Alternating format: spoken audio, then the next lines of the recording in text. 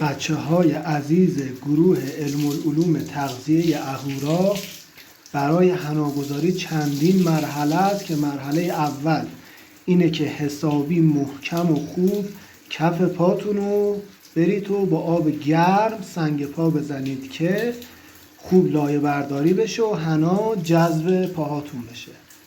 مرحله دوم رنده کردن پیازه که حتی اگه شده واسه سلامتی چشماتون هم که شده که اشک از چشماتون بیاد اینو انجام بدین، چون اگه از آب استفاده کنید با حنا هیچ خاصیتی نداره.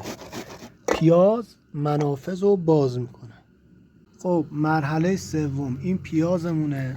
همین پیازو اصلا لازم نیست آبشو بگیرید، بذار خود پیاز با حنا ترکیب 2:1، یعنی پیاز بیشتر باشه، خود پیاز با حنا ترکیب بشه. بازم تاکید میکنم که خود پیاز آبشو نگیرید، آبشو ترکیب کنید. مرحله چهارم حتما حنا رو گرم کنید. حنا اگر سرد بشه نفوذی نمیکنه توی روزنهای پاتون، حتما باید گرمش کنید با حرارت خیلی کم.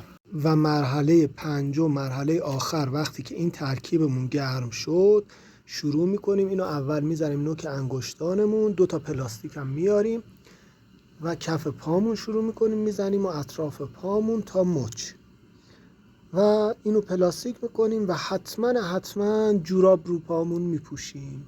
تموم شد.